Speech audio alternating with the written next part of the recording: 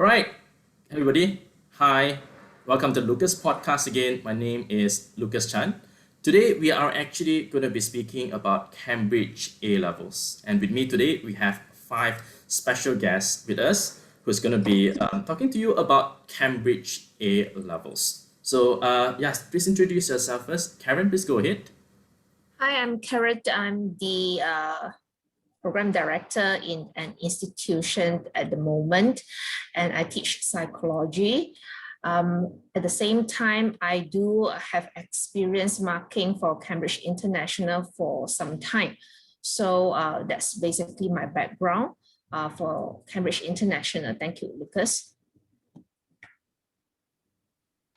Ms. Revati? We can't hear you, Lucas. Ms. Revati?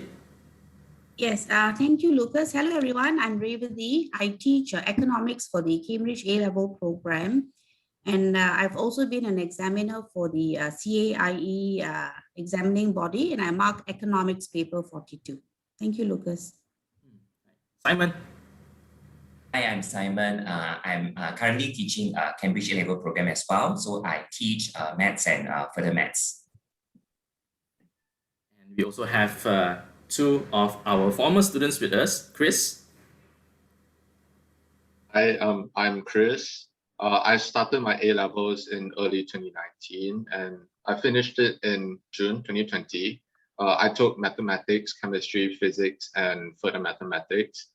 I am currently an offer holder from the University of Cambridge, awaiting admission in October 2022. So yeah, that's about it. Yi? Hi everyone, I'm Yue Yi and I'm currently doing law in Taylor's University, and I also started my A-levels in January 2019 and completed it in June 2020.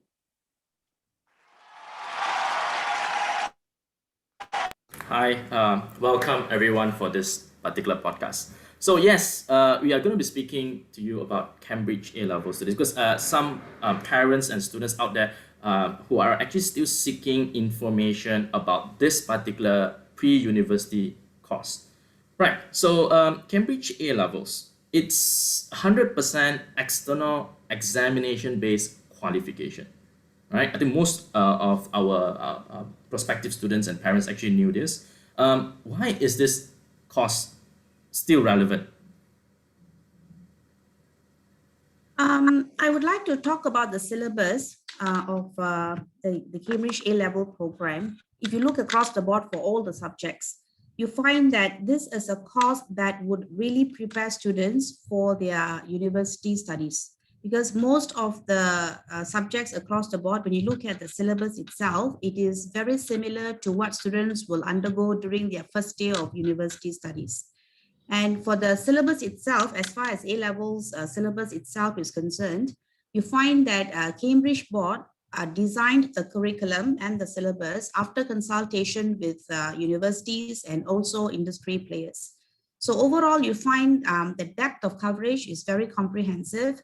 It prepares students very well for their, university years, and also, it will prepare them well later, in terms of employability as well.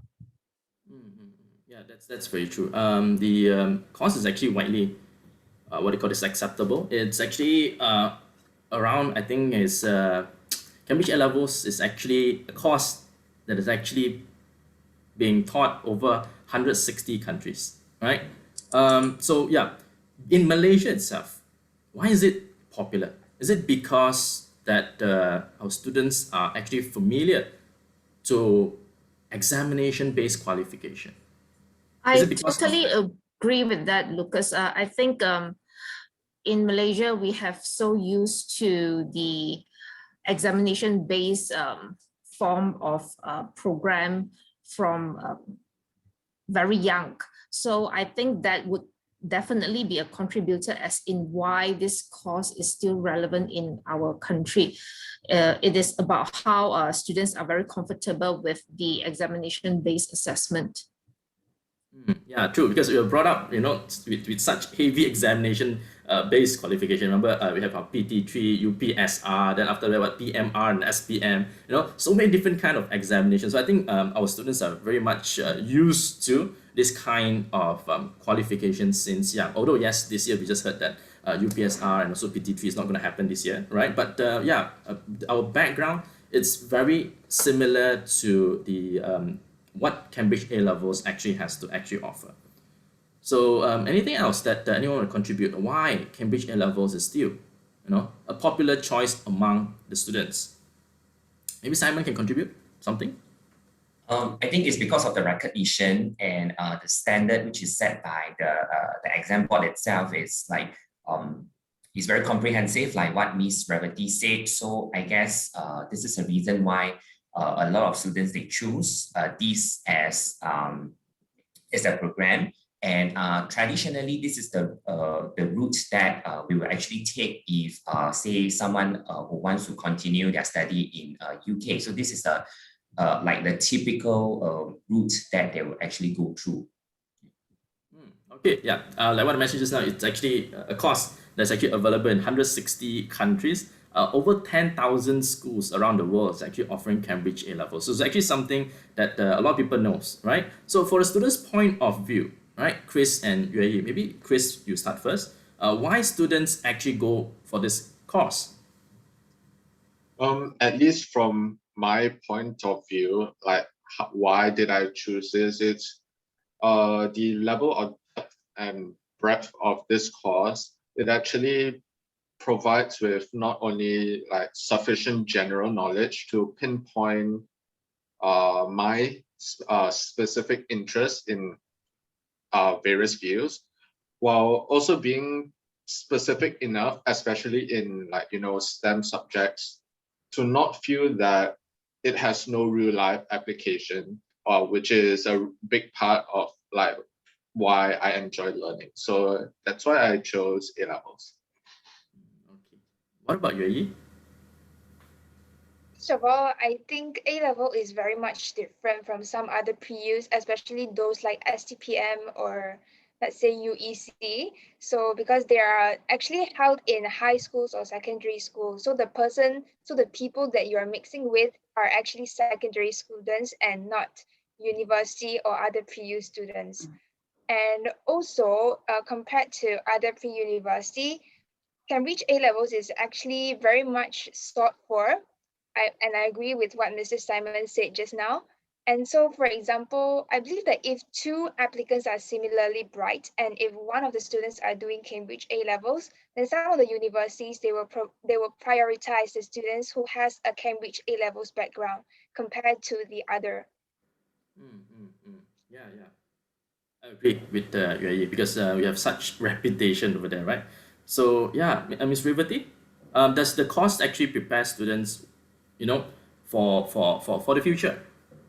Yes, it does. Because you see, when you go out to the real world, when you start working, right, you will be decision makers. So you must learn how to look at all the information which is presented to you and make an evaluation before you derive, to the best decision. So you find that the syllabus itself requires students to use a lot of their higher order thinking skills, right? So it requires a lot of evaluation and the use of their judgments, to draw conclusion. So besides studying from the text itself based on what is recommended in the syllabus, the students also have to widely read beyond the text. So the evaluative skills and the judgment skills will be acquired throughout the course when students do all these external readings and also supported by the materials which will be provided by their lecturers. So it does really prepare students for the working world outside there. Okay, thanks for the input. Yeah, so Cambridge A levels, a lot of us have been saying that it's a course that's like heavy on depth. There are a lot of core knowledge that has to be disseminated to the students, right? We as teachers and of course students have gone through it can actually support this. So is it a course that basically just students just need to study throughout the whole entire time that they're actually with us? The 1.5 year that they'll actually be with us. Do they just need to focus on just studying to actually get the grades that they need? Actually, when you look at the course itself, this is impression amongst students and also some parents, they say that it's a very difficult program. It's a very tough program as far as the pre-U course is concerned. But I think the process of studying is also the process of learning, acquiring skills. So as we go through the course itself, as a student, right, what we do as lecturers is we support the students in many ways by teaching them how to manage their time, how to improvise on their study skills. Time management is very, very crucial. And also seek the support that is needed by them, right? You find a lot of places which offer this program. They give a lot of support to help students to to smoothen the process of learning. Yes, it might be tough for some because it's 100 exam based, but you're not alone, right? You can seek support from your teachers. You can seek support from your peers, right? You can have as we go along, from a lecturer's perspective, for my own students, I will teach them how to do notes. So study skills and also answering skills will be taught along the way. So you're not going to be struggling all by yourself, right? So it will be a very smooth process. And, hopefully if you follow everything that your teacher tells you, and if you have the initiative, you will do well in this program. Yeah. Good advice for that, right? Good advice for that. Yeah. So I remember Chris being a student of mine not long ago. Chris was actually very active in extracurriculum activity, right? So you don't just study all, like maybe 12 or 18 hours in a day. You actually have things that you do outside, right, of the course as well. So Chris, do you mind to just share with us? Yeah. So I have been pretty active in terms of co and extracurricular activities. So in my college, I was the vice president of the Model United Nations Club. I played in the symphony orchestra. I also founded the college's astronomical society. And also during my time there, I also represent Malaysia during the International Olympiad on Astronomy and Astrophysics held in Hungary. So I think the key takeaway is that A-levels, though it is hard in terms of the bulk of content, it can be made easier. It's not an impossible task. So what I did was to manage my time with a balance of structure and flexibility, and to be consistent from day one in terms of how I study.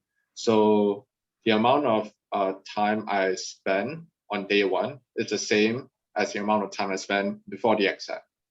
So if you do that, you'll feel that it is actually a doable marathon instead of a 100-mile sprint.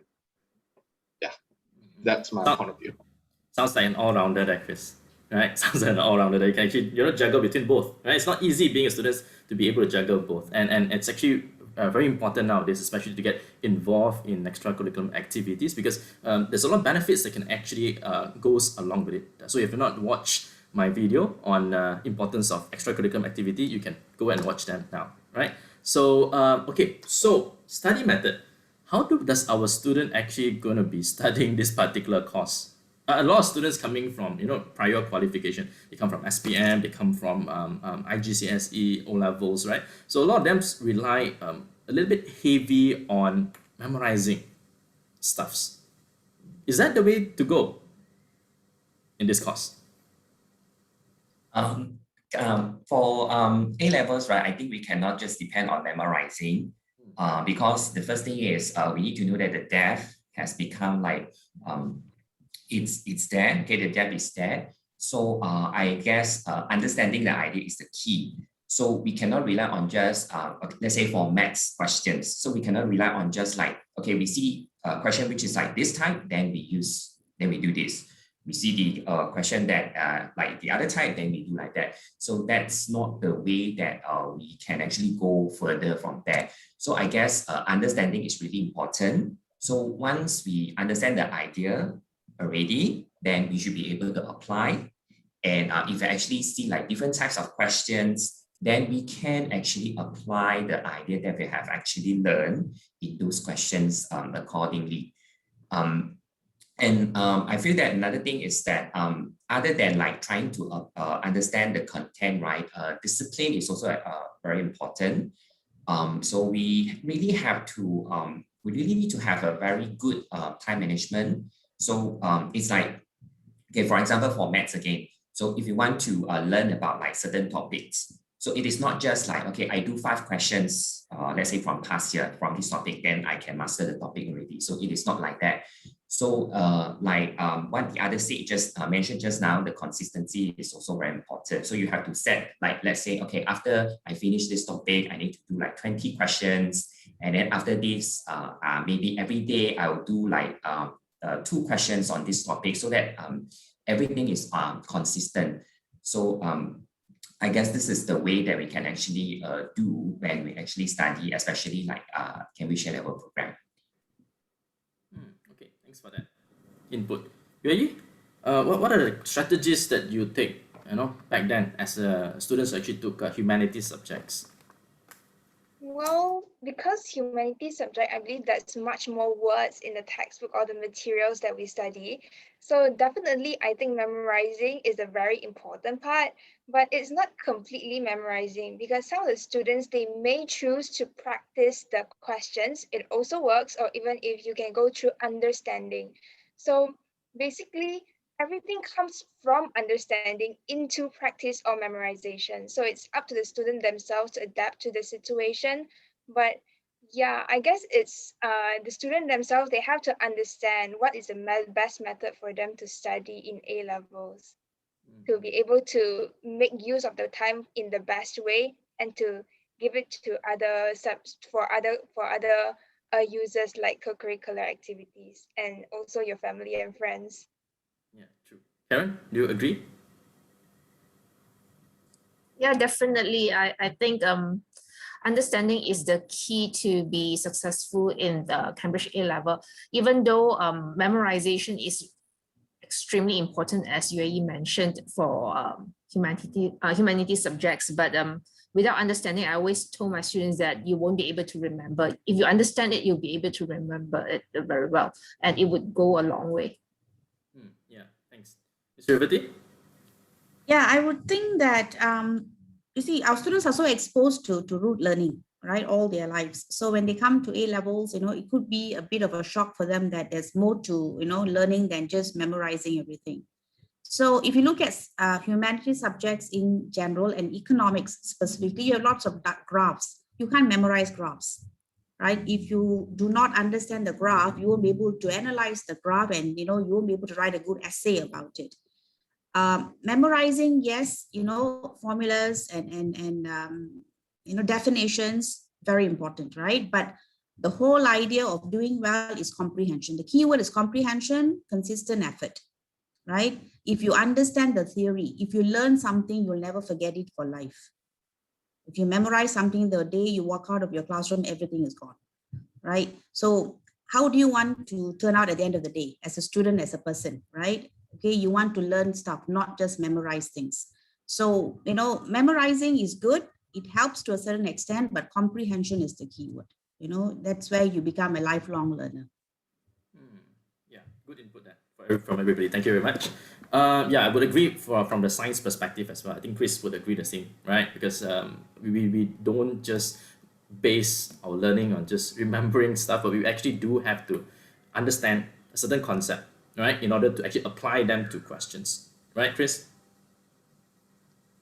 Yeah. It's like, especially for further mathematics, for example, it's pretty much impossible to memorize because like it won't do any good because like very little memorizing is needed. It's all about understanding how it works or why does it work. So yeah. Okay, so thank you very much again, right? So the duration of our course, 1.5 year. Most of the institution in Malaysia actually offers a 1.5 year course for students to actually complete this particular Cambridge A levels, qualification. Isn't it too long? Or is it just nice? Because most of the foundation or the pre-U programs out there is basically only offering a 1 year course, whereas us is a 1.5 year course. What do you think about it? Is it too If you long? look Just at the nice? yeah, if you look at the content, the syllabus itself, right? We go by the recommended contact hours that is provided by Cambridge. So to do the program within 1.5 years, we will actually fulfill the requirement of Cambridge, right? To fulfill the recommended learning hours. And at the same time, unlike a 1 year foundation program, where the assessment is very different. For A levels, it's 100% exam based. So we have 2 exams. You have AS and A2, right? So it's split in 2 levels. But for other pre-U programs, such as foundation, you just sit for 1 exam. And you'd find that the assessment is not 100% exam based. Okay, let's say 70-30 breakdown. So 70% is coursework and 30% is a final exam. So we need that 1.5 hours time frame to complete all the content of the syllabus, to teach the, I mentioned about the higher order thinking skill techniques, right?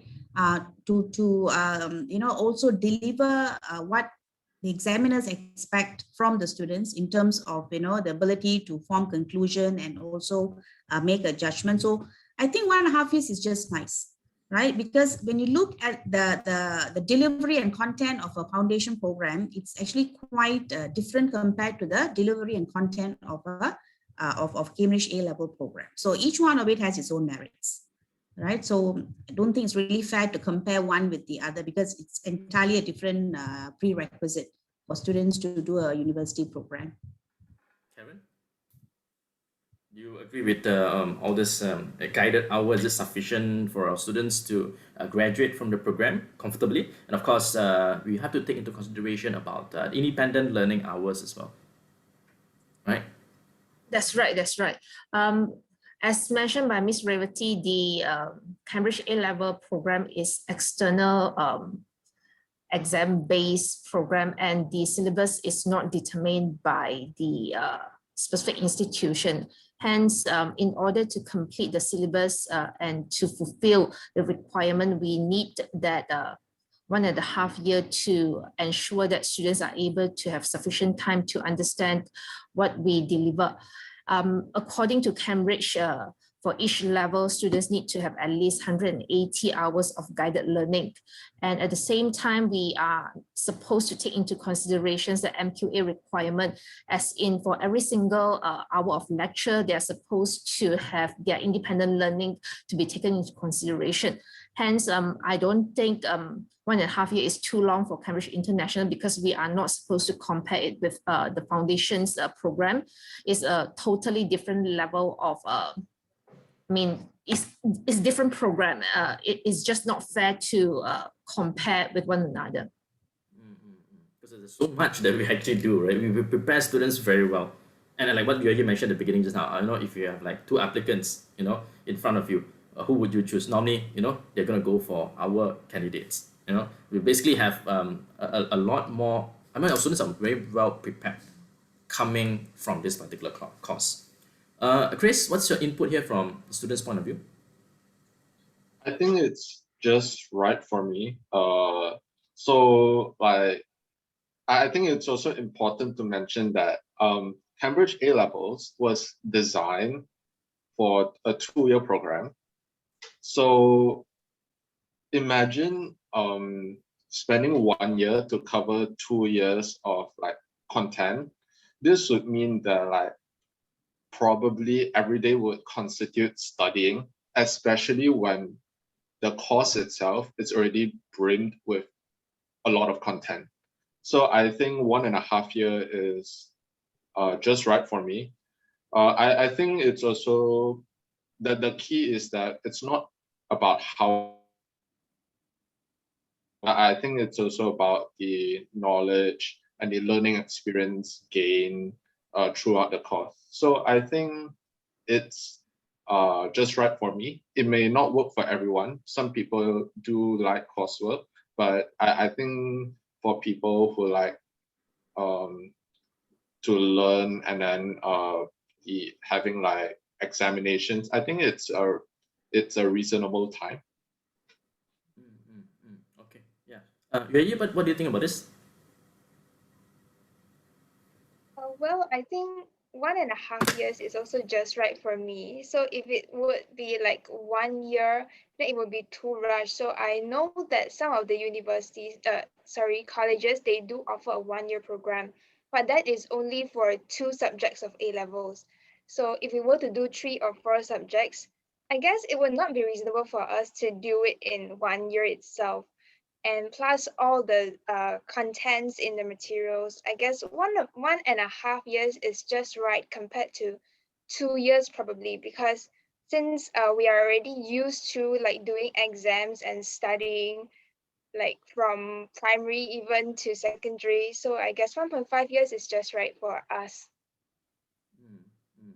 Yeah, yeah, I would also agree. So that students don't lose the momentum, right? Correct. If it's too long, sometimes, if it drags on and on, sometimes students lose motivation along the way, right? 1.5 year, I think, is just nice, right, for our students to just complete the course, yeah, comfortably. Right. Okay. So let's look at where our students actually end up. With this qualification, Cambridge A levels. Does our student, only end up in UK universities, or they can actually go elsewhere as well? Karen?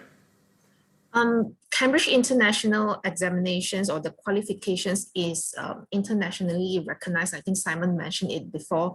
Hence, it's not restricted to only the UK university, but our students, most of the time, they do aim for the very famous UK university. On top of that, we do have a group of students who are aiming for other places, such as Hong Kong is one of the famous place destinations. Recently, Singapore and China is also hugely considered by students and parents, the US as well. So Australia, we do have students, even though they are doing Cambridge International, they considered to pursue their university in Australia, and that's not an issue at all. I think there's also other countries that our students are actually going to right now, right? I think, if not mistaken, recently a few students going to Taiwan, as well as also Germany, right? Those especially doing engineering, right? Would actually try to actually apply for universities in engineering. In the Germany as well.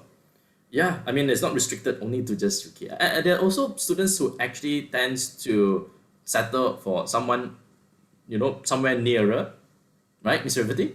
Yes, Lucas, I think, the pandemic has been a blessing in disguise for many local public institutions, because A levels being recognized throughout the world, right? So in the event students are unable to go overseas for some reason, they can still use A levels qualification to enter into any private universities in Malaysia. So not an issue at all. And some public universities also accept A level qualification. If I'm not mistaken, I think UIA and they do accept students with A levels qualification. So they have ample choices to choose from. They can go to any part of the world, not an issue at all, including Malaysia. It's good to hear that our public universities are also accepting our students, which is great. It's fantastic, isn't it? Right? So all right, so that's the destination. How is a particular student being assessed? Do they just sit for the AS examination and the A2 examination in order for them to know whether they are actually adapting well to this particular course? How does a student know whether he or she is actually struggling or not? Karen? In terms of the formal assessment, yes, there's only 2 levels of examinations, the AS and A2. Each level contributes 50% of their total scores or the final grade. Anyhow, if they are enrolled into any institutions, I suppose there will be always formative assessment available. There'll be internal assessment, allowing students and the lecturers to know how they progress throughout their journey in the program. So, and we do have various interventions available to help the students in the event that they find the course very challenging and difficult to cope with. For example, we offer things like online clinic. We have face-to-face and online consultations when students find it very difficult to understand the content delivered in class time. And we have revision workshop and grade booster workshop when it is approaching examination. So all that is available for students who thinks or who find the subject challenging. And yeah, that's basically things that we usually do to assist students. We even have peer-to-peer tutoring for students to assist another students. And by doing that, we strongly believe both parties would benefit from the sessions. Yeah, I remember seeing Chris being very active, with the cliques of friends that actually has. I think peer-to-peer tutoring is something that is actually working for our students. It worked very well. No, I mean, for both parties, like what Karen mentioned just now. So Chris, will you share your experiences with us? How does the peer support works, when you're actually in a pre-university level like this? So personally, I'm always for peer-to-peer support because I did benefit a lot from it as well to be able to achieve a somewhat passable result.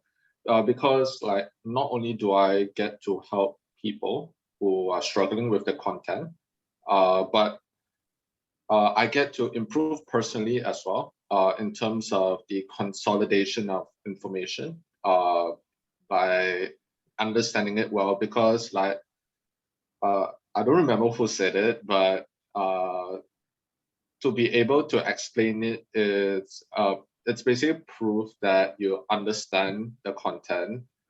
So yeah, I think peer-to-peer support is very important as well, especially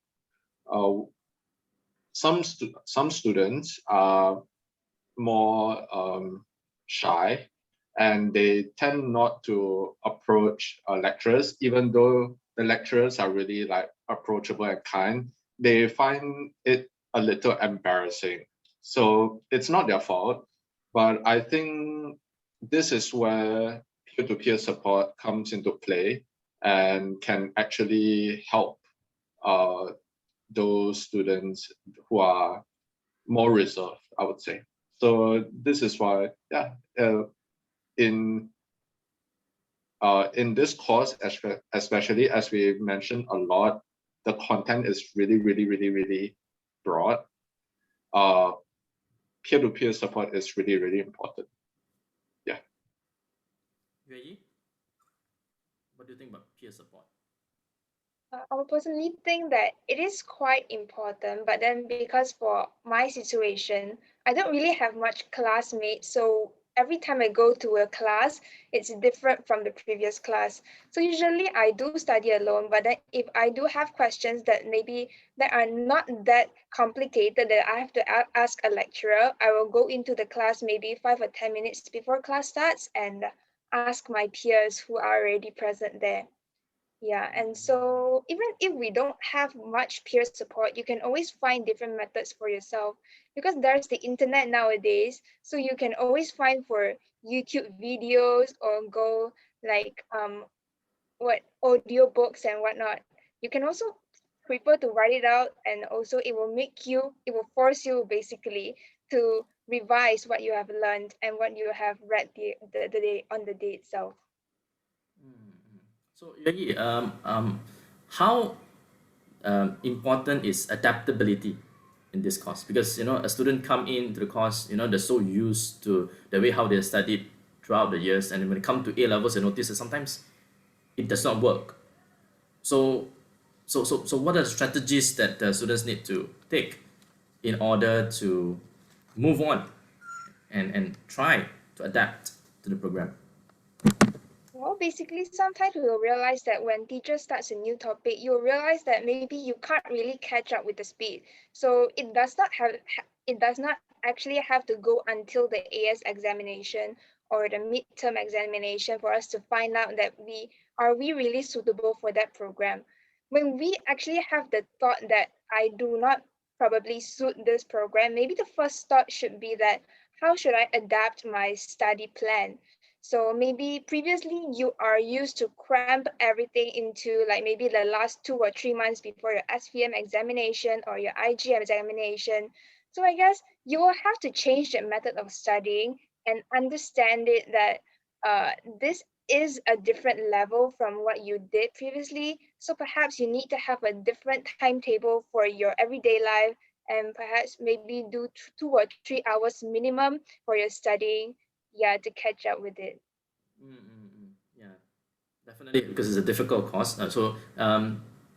You're always welcome to try out different methods. There's no one method that fits every And single subject. Yeah, and Chris. I think A levels it's a suitable like time to actually try out because Try out new it methods. is close to the undergraduate degree. So you can actually try them. And if it fails, it's all right, just change it. It will be like harder to change course in undergraduate degree. So I think A levels is a really good platform to actually test and try those studying methods. I think on that note, right, I think perseverance is actually very important in this course. Karen, how important, perseverance for our students here. Oh, I think that's the key to be successful in the Cambridge A level on top of consistency. I think Chris mentions about how it is really important for students to be consistent in their revisions and to not just cram everything in the last 2 months and whatnot. So other than the fundamental knowledge that the students gain from Cambridge A level, this course is fantastic if you want to brush up your other skill as well. I suppose the time management skill is one thing that the students could gain tremendously by completing the course, because you would not have the opportunity to learn in real life in terms of how this is very crucial in your success, other than completing. I mean, of course, you can learn it in other place, but this is a place or completing the course would definitely equip you with that skill. And yes, perseverance and not giving up is also something that our students would acquire by completing the entire program. Definitely important skills there. Thank you, Karen. Ms. Revati? I Any other think it's very skills? important for students to continuously check their progress, right? So how do you check your progress? Have the initiative, volunteer to submit your work to your teachers. Your teachers will definitely mark those assignment of yours and give you the feedback.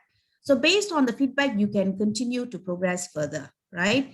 So when you look at the sets of skills, of course, when you talk about just the course per se, your study skills and your examination answering skills are very crucial.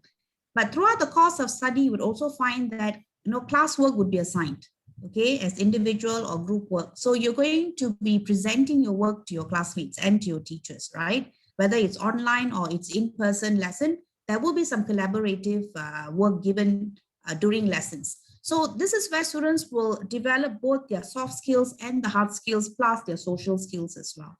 So it's like a whole package when you do this course, right? You go out being a better person, you're able to judge and evaluate, right? Things that's going on, happening in your environment. You learn to speak well, you learn to engage people, you will learn to work in teams, right? So leadership skills will also be acquired as you take the lead in, maybe presenting a set of work which has been assigned in your group. So I think, these three sets of skills will be acquired by students once they finish the program. For sciences, right, we actually have practicals that students actually need to actually complete on a weekly basis. Now, I think prepare students very well for the course that they will actually potentially take in the university, because all these hands-on skills is actually something that you have to actually train up from this level itself, so that you are able to actually carry out the lab work that you need to do at higher level. Chris, do you agree with it? Yeah. I definitely agree. Like for the percentage of exam, being at 100%, the hands-on skills required in STEM subjects especially are pretty high. Like each of these STEM subjects in A levels has this practical element to it. there is this practical component, like, you know, how paper 3, AS paper 3, it's basically a practical exam. So I think these practical skills can, like, you know, not only serve as the starting point for people who wish to dig deeper into, like, you know, a research project or degree. It is also, like, you know, important in terms of admissions into a STEM-based undergraduate degree. You know, like, for example, many British universities, including, you know, Oxbridge or the Russell Group universities, they do require a pass in these practical elements to, like, enter those related degrees. So I think, like, what you get is pretty remarkable. Yeah. And I think it trains up the student in terms of scientific inquiry, you know, thoughts and process to the students as well, because we do have also a component in A2 that trains up students for that. What about further maths? You know, maths and further maths. Simon, what do you think about, you know, what are the skills that students get? Yeah, in maths and further maths, the students will get sort of like a numeracy skill where they are able to, for example, in statistics, okay, they learn about how to do analysis on the data. And if you are taking like the statistics 2 paper, which is meant for the students which studies humanities, so they actually learn further about those analysis. Like, for example, they will learn those hypothesis testing, which these are the skills that you require to know even when you want to do your project paper in your undergraduate. So you need to collect samples.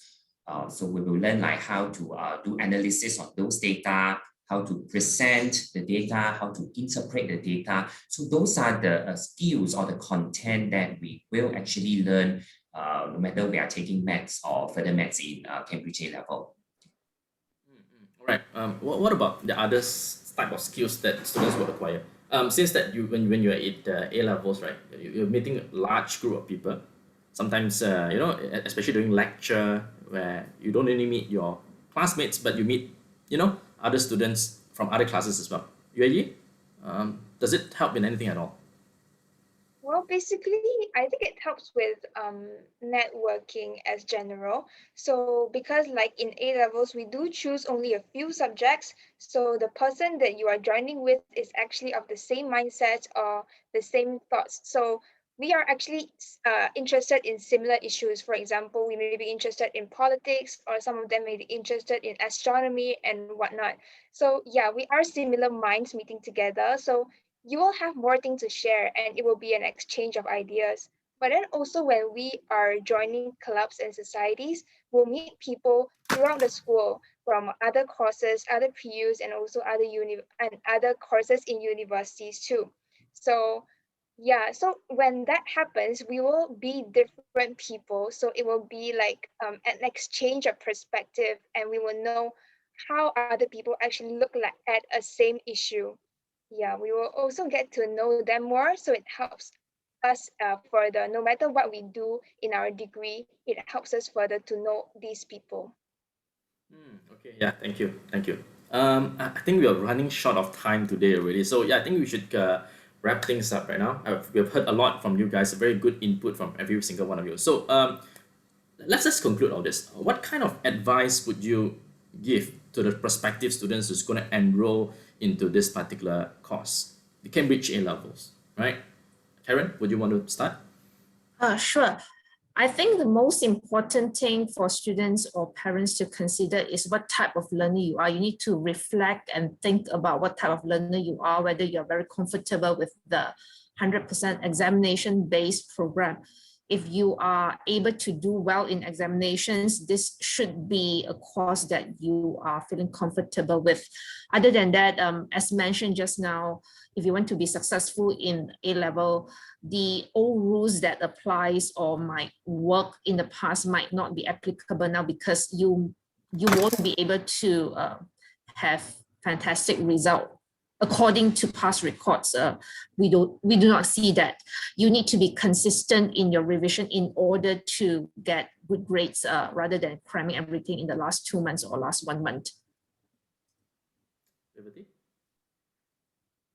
So I think time management and communication is very, very important, right? So time management comes with basically your skills to, juggle everything, right? Try to strike a balance in everything that you do.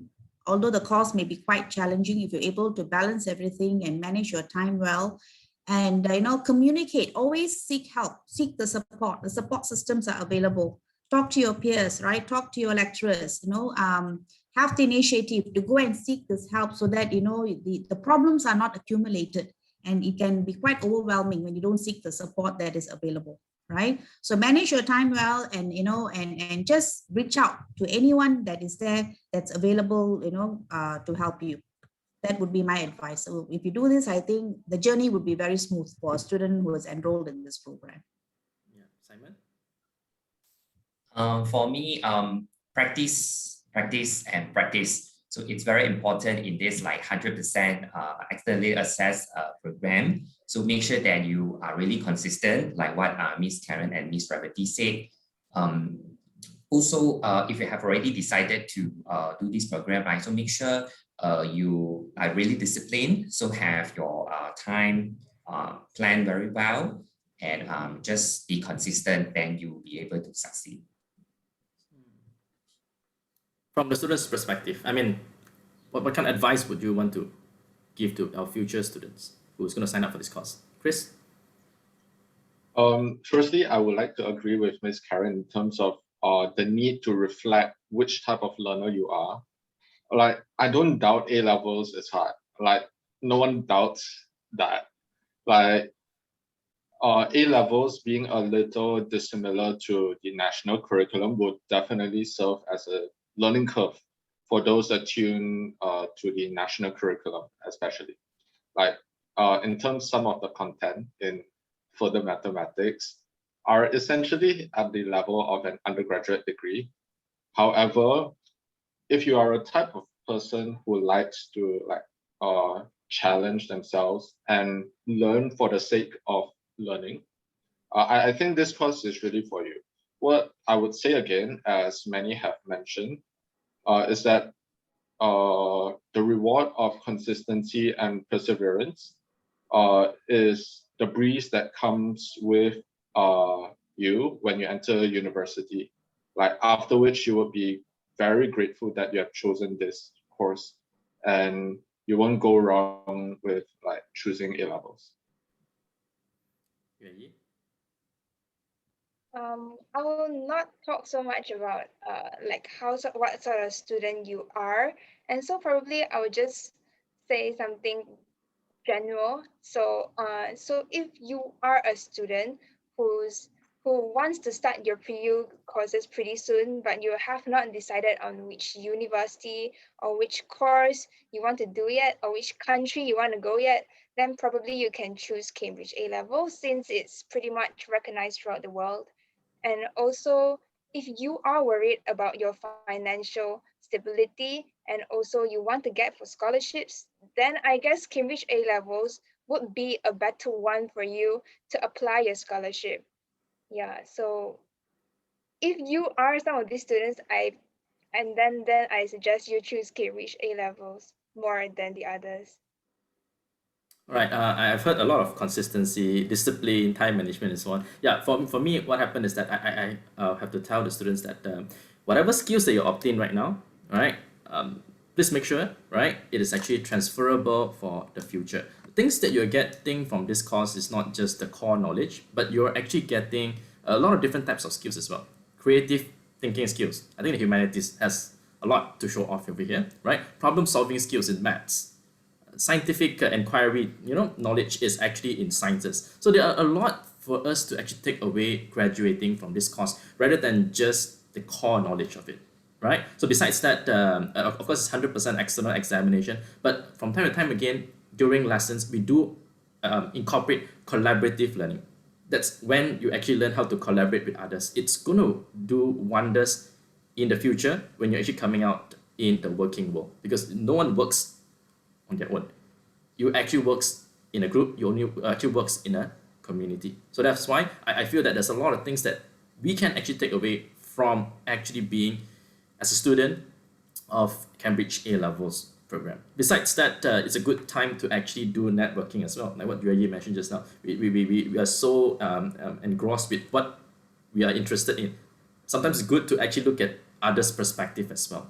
So that there's actually an inclusiveness in the course as well when we are actually meeting other peoples with different interests. So there are a lot of things that we can actually bring up. Joining extracurriculum activity is also an important part of learning. You don't just study, right? You can acquire a lot that you will actually only notice when you actually go higher level, especially in the uni and especially when you come out in the working world. So with that, I thank you all very, very much for your time today. We have come to an end of our session. So thank you very much for everybody for willing to spend the weekend here. Thank you very much. Thanks, Lucas. Hi, everyone. Thanks. Thank you. Thank you again. Bye-bye. Thank you. See you. Bye. See you. Bye.